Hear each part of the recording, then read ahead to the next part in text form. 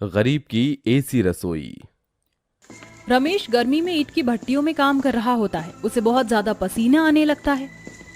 अरे आज तो बहुत ज्यादा गर्मी हो रही है। हे भगवान, आह, थोड़ी सी बारिश हो जाए तो मौसम ठंडा हो जाएगा। बेचारा रमेश ईंट की भट्टी में काम करता हुआ परेशान रहता है। दिन भर कड़ी मेहनत के बाद वो शाम को अपने घर को लौट आता है। अच्छा हुआ आप आ गए। गैस खत्म हो गई और मुझे खाना बनाना है। अरे भाग्यवान, लाओ मुझे सिलेंडर लाकर दे दो, मैं उसमें थोड़ी सी गैस भरवा कर ले आता हूँ।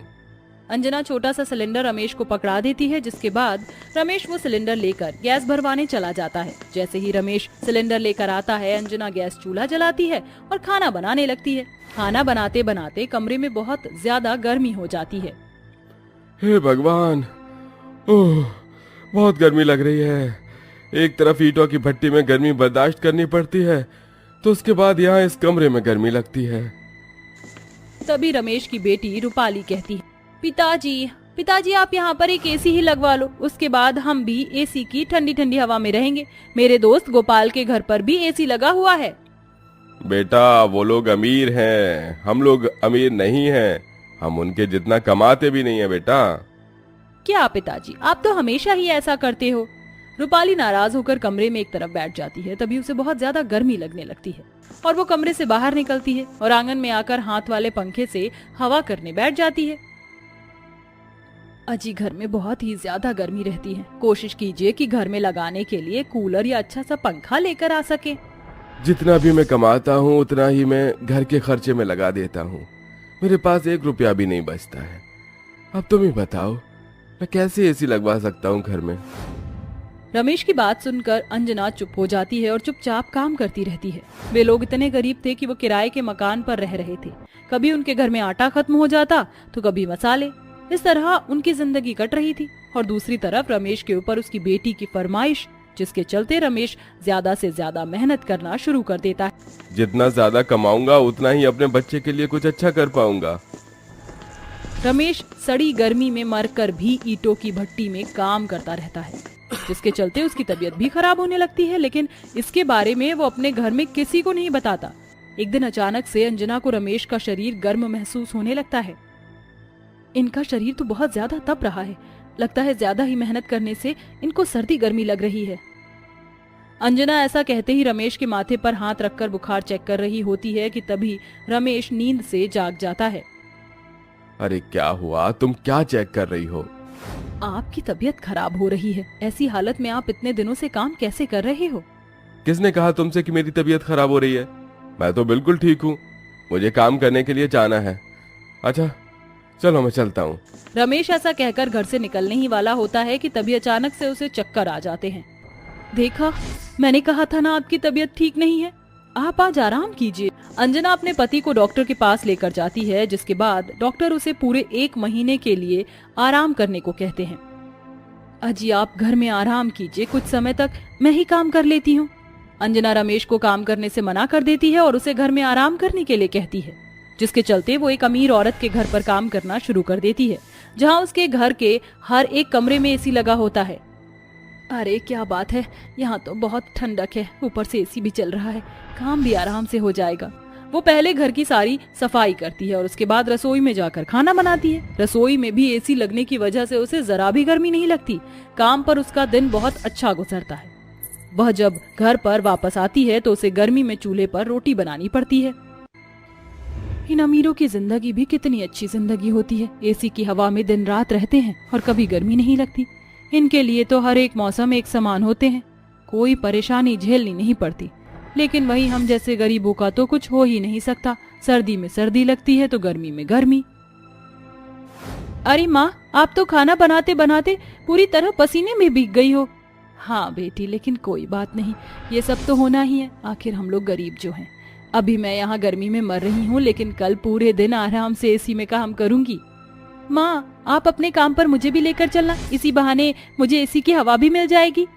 अंजना रूपाली की बात मान लेती है और अगले दिन सवेरे होते ही वह अपनी बेटी को काम पर ले जाने के लिए तैयार कर देती है। जिसके बाद वह अपनी बेटी को अपनी मालकिन के घर ले आती है और अपनी मालकिन से कहती है, मालकिन, आज घर पर कोई भी नहीं था तो इसलिए मैं अपनी बेटी को अपने साथ यहाँ ले आई हूँ। अगर आपको कोई आपत्ति ना हो तो जब तक मैं यहाँ काम कर रही हूँ तब तक मेरी बेटी यहाँ रुक सकती है। हाँ हाँ ठीक है, लेकिन इससे बोलना कि किसी भी सामान को हाथ ना लगाए। ऐसा कहकर शिखा अपने कमरे में चली जाती है और अंजना अपनी बेटी को रसोई में ले जाती है, जहाँ एसी की हवा में वो खाना बना रही होती है। एसी की ठंडी ठंडी हवा देखकर रूपाली कहती है, काश कि हमारे घर पर भी एसी होता माँ, फिर आपको पसीने में खाना ना बनाना पड़ता और हमें गर्मी भी नहीं लगती। ये सुनकर अंजना मुस्कुराती है लेकिन कुछ कह नहीं पाती। वहीं दूसरी तरफ रूपाली घर देखते देखते शिखा के कमरे में पहुंच जाती है, जहां एसी की बहुत ही ज्यादा ठंडी हवा आती है। अरे वाह, इस वाले कमरे का एसी तो सबसे ज्यादा ठंडी हवा दे रहा है, कुछ देर यहीं रुक जाती हूँ। रूपाली वहां खड़ी होकर एसी की हवा खाने लगती है। तभी वहां शिखा आ जाती है और उसे देखकर कहती है, क्यों री, यहाँ तो चोरी करने आई है? मैं जानती हूँ तुम जैसे गरीबों को अमीर के घर में आने का मौका ही चाहिए होता है और तुम चोरी करके चले जाते हो। शिखा के चिल्लाने की आवाज से अंजना वहां पहुंच जाती है। हाँ हाँ आ जाओ, तुम भी आओ, मैं जानती हूँ चोरी करने के लिए यहाँ पर आई हो तुम दोनों। अब मैं तुम्हें यहाँ और काम करने नहीं दे सकती, जाओ यहाँ से चली जाओ। मालकिन आप ऐसा मत कहिए, मैं तो यहाँ सिर्फ एसी की हवा खा रही थी। मेरी बेटी चोर नहीं है मालकिन, ज्यादा मच करने की जरूरत नहीं है, मैं सब जानती हूँ तुम जैसे गरीबों के बारे में। अब तुम दोनों यहाँ से जाती हो या मैं धक्के मार कर निकालूं। शिखा के कहने पर अंजना अपनी बेटी को लेकर वहां से चली जाती है।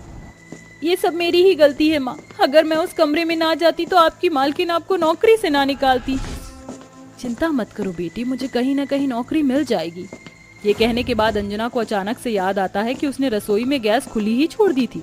रूपाली को घर जाने के लिए वो कह देती है और ये बात बताने शिखा के घर वापस लौट जाती है। जैसे ही वो घर पर पहुंचती है, उसके सामने शिखा लाइटर जलाकर सिगरेट पीने वाली होती है कि तभी अचानक से अंजना उसका लाइटर छीनकर फेंक देती है। तुम्हारी हिम्मत कैसे हुई मेरे हाथों से लाइटर छीनने की? मालकिन, मैं ऐसा नहीं करना चाहती थी लेकिन मजबूर थी। आज अगर लाइटर जलता तो आपकी जान ही चली जाती, क्योंकि रसोई में गैस खुली रह गई थी और उसकी महक पूरे घर में फैली हुई है। अंजना शिखा को रसोई में लेकर जाती है, जिसके बाद वो गैस को बंद करती है और चारों तरफ की खिड़कियां खोलकर एग्जॉस्ट फैन चला देती है, जिससे सारी गैस घर से बाहर निकल जाती है। ये सब देखकर शिखा को अपनी गलती का पछतावा होता है और वो अंजना से माफी मांगती है।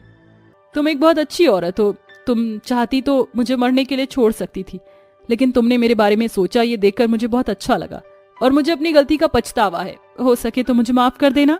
अंजना शिखा को माफ कर देती है। वहीं दूसरी तरफ शिखा अपने पैसों से अंजना के घर पर एक एसी लगवा देती है, जिसके चलते रूपाली बहुत खुश होती है और रमेश भी अब उनके घर में गर्मी नहीं होती और वो एसी की ठंडी हवा में घर में खाना बना लेते हैं। वहीं अंजना शिखा के घर नौकरी करती रहती है। देखते ही देखते दोनों मियाँ बीवी नौकरी करते हैं और अपना घर चलाते हैं और खुशी खुशी एसी की हवा में रहने लगते हैं। आलोक अपने माता पिता दर्पण, दामिनी, छोटा भाई अमर और बहन कविता के साथ एक बड़े से घर में रहकर अपना जीवन बसर कर रहा था। आलोक के परिवार में केवल आलोक ही एकमात्र कमाई का जरिया था। वो एक कंपनी में नौकरी करता था। एक दिन सवेरे, कविता जल्दी से टिफिन ले आओ, मुझे काम पर जाने में देर हो रही है। भाई मुझे 5,000 रुपए दीजिए ना, आज मैं दोस्तों के साथ पिकनिक पर जा रहा हूँ। आलोक अपनी जेब से 5,000 रुपए निकाल कर अपने छोटे भाई अमर को दे देता है। सच में आप बहुत अच्छे हो आलोक भाई, मैं जब भी आपसे पैसे मांगता हूँ आप बिना कुछ बोले पैसे दे देते हो। इतना कहकर अमर घर से चला जाता है। आलोक भैया, मुझे भी पैसे चाहिए। कविता, माँ से ले लेना। आलोक बेटा, इन लोगों को पैसे मत दिया करो। मैंने तुम्हें कितनी बार कहा है कि ये अमर को अपनी कंपनी में कोई काम में लगा दो, सारा दिन बस आवारागर्दी करता रहता है।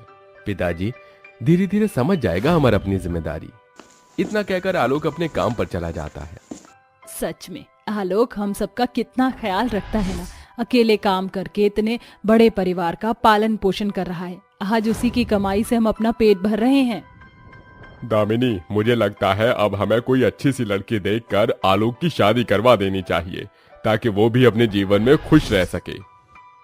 हाँ, आप सही कहते हो, मैं भी काफी दिनों से यही सोच रही हूँ। अब कुछ ही दिनों में आलोक की शादी एक निशा नाम की लड़की से हो जाती है। निशा बेहद लालची और घमंडी किस्म की लड़की थी। निशा ने कुछ ही दिनों में ही अपने ससुराल के माहौल को पढ़ लिया था। एक दिन सवेरे, आलोक, आपके भाई अपना जेब खर्च भी आपसे ही लेते हैं? निशा, अमर कहाँ कोई काम करता है, इसीलिए मैं उसे पैसे देता हूँ। आपके भाई जवान हो चुके हैं, उन्हें शर्म नहीं आती आपसे पैसे मांगते हुए? उन्हें तो काम करके आपका साथ निभाना चाहिए, पर नहीं, वो तो खुद आप पर बोझ बनकर बैठे हैं। अब आपके जीवन में मैं भी आ चुकी हूँ, आने वाले समय में हमारे बच्चे भी आएंगे। अगर आप अपनी कमाई इसी तरह अपने परिवार में लुटाते रहेंगे तो हमारे पास क्या बचेगा? हम अपने बच्चों का गुजारा कैसे करेंगे? धीरे धीरे अमर भी अपनी जिम्मेदारी समझ जाएगा निशा।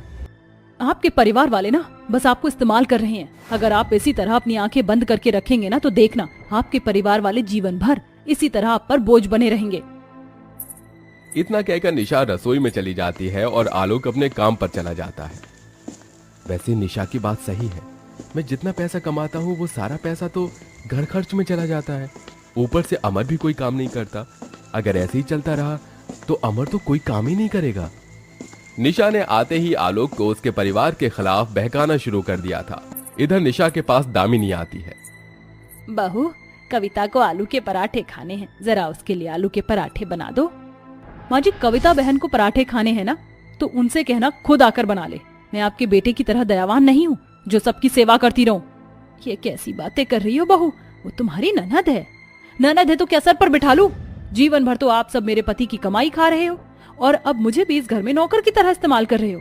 जाओ, मुझे नहीं करना इस घर में काम। इतना कहकर निशा अपने कमरे में चली जाती है। निशा की जली पिटी बातें सुनकर दामिनी हैरान हो जाती है। ये बहू को क्या हुआ? इसका बर्ताव अचानक से बदल कैसे गया?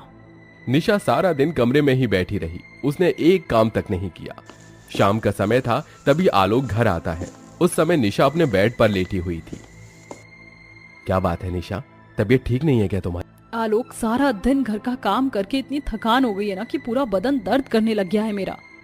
निशा, मैं कविता से कहता हूँ, वो तुम्हारी मदद कर देगी। कोई बात नहीं आलोक, वो तो बेचारी कुछ ही दिनों में अपने ससुराल चली जाएगी, उन्हें क्यों परेशान करना। निशा, तुम कितनी अच्छी हो, कितना ख्याल रख रही हो तुम सबका।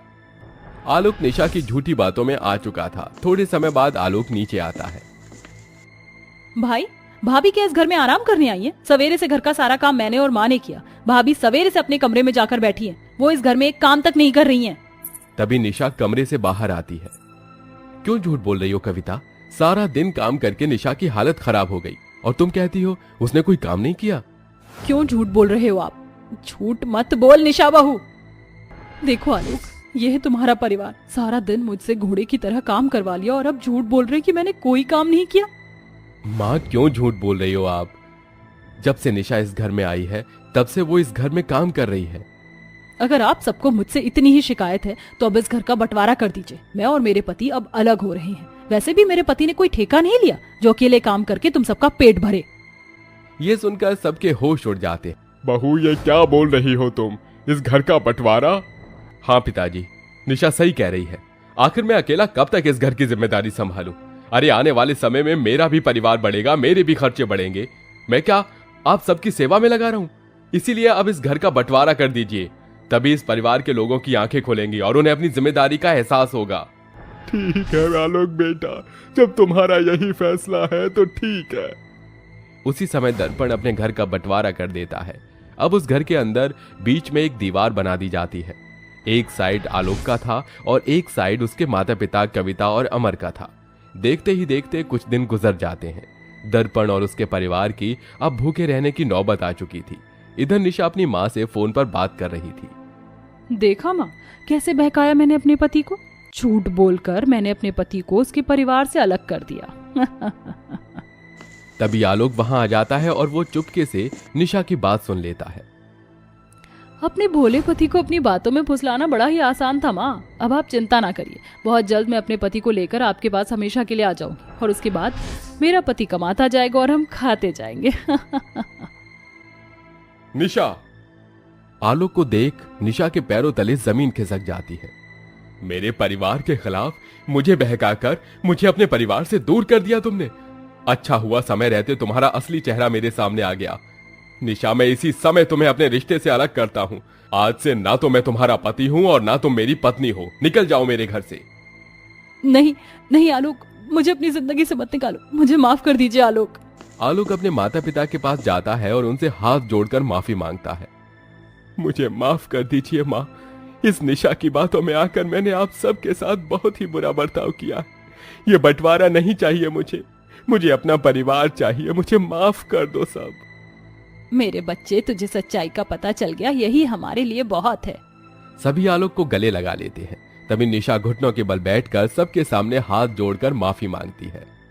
मुझे माफ कर दीजिए, मेरी आंखों पर लालच और घमंड की पट्टी चढ़ चुकी थी। अब मुझे अपनी गलती का एहसास हो गया। मैं वचन देती हूँ आज के बाद कभी ऐसी गलती नहीं करूंगी। मुझे माफ कर दो आलोक, मुझे अपना लो। मैं तुम्हारे बिना नहीं रह सकती आलोक। निकल जाओ यहाँ से निशा, आज के बाद तुम्हारा और मेरा कोई रिश्ता नहीं। नहीं आलोक बेटा, निशा बहू को माफ कर दे। जब तेरी गलती पर तुझे माफी मिल सकती है तो निशा बहू को क्यों नहीं? उसकी जिंदगी बर्बाद हो जाएगी बेटा। निशा बहू को माफ कर दे। दामिनी की बातें सुनकर निशा बहुत शर्मिंदा हो जाती है। उसके बाद सब निशा को माफ कर देते हैं। अब निशा अपने ससुराल में एक अच्छी बहू बनकर सबके साथ एक हंसता खेलता जीवन बसर करने लगती है।